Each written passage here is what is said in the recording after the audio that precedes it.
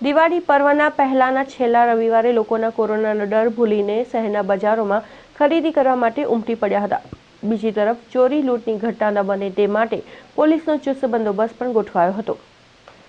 ગયા રવિવારથી બજારમાં દિવાળીની ઘરાકી જોવા મળી હતી અને સતત બીજા રવિવારે બજારોમાં ભીડ જોવા મળી હતી, જે ગયા રવિવાર કરતાં પણ વધારે હતી। ઘણા ખરા લોકોને મહિનાના પ્રારંભમાં જ પગાર અને બોનસ મળી ગયું હોવાથી તેની અસર હોવાનું દુકાનદારોનું કહેવું છે। શહેરના ન્યાય મંદિર તેમજ એમજી રોડ વિસ્તારમાં તો પગ મૂકવાની જગ્યા ન હોય તે રીતે લોકો ઉમટી પડ્યા હતા। સોશિયલ ડિસ્ટન્સિંગ અને સેનિટાઈઝર જેવા કોરોના સામાન્ય ધારાધોરણો ઘરાકીના પ્રવાહમાં તણાઈ ગયા હતા।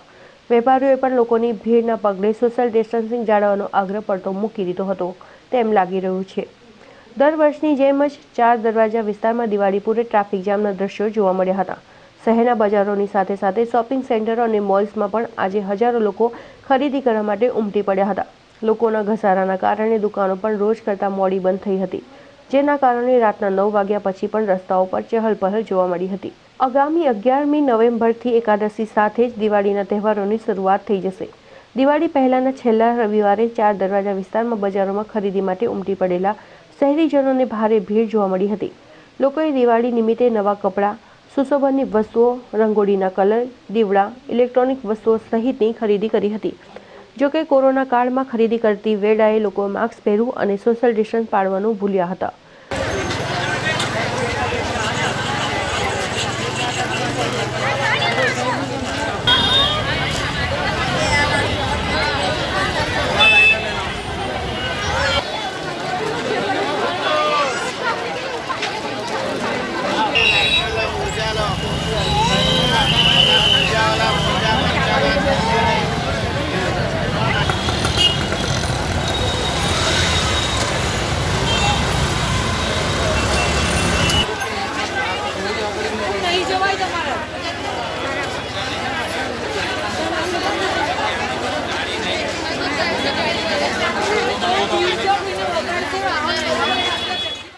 લોકોની ભીડના કારણે પોલીસ તંત્ર દ્વારા આજે માંડવી, એમજી રોડ, ન્યાય મંદિર, મંગળ બજાર, નવાબ બજાર, કાલા મંદિર ખાંચા જેવા વિસ્તારોમાં ફૂટ પેટ્રોલિંગ હાથ ધરવામાં આવ્યું હતું।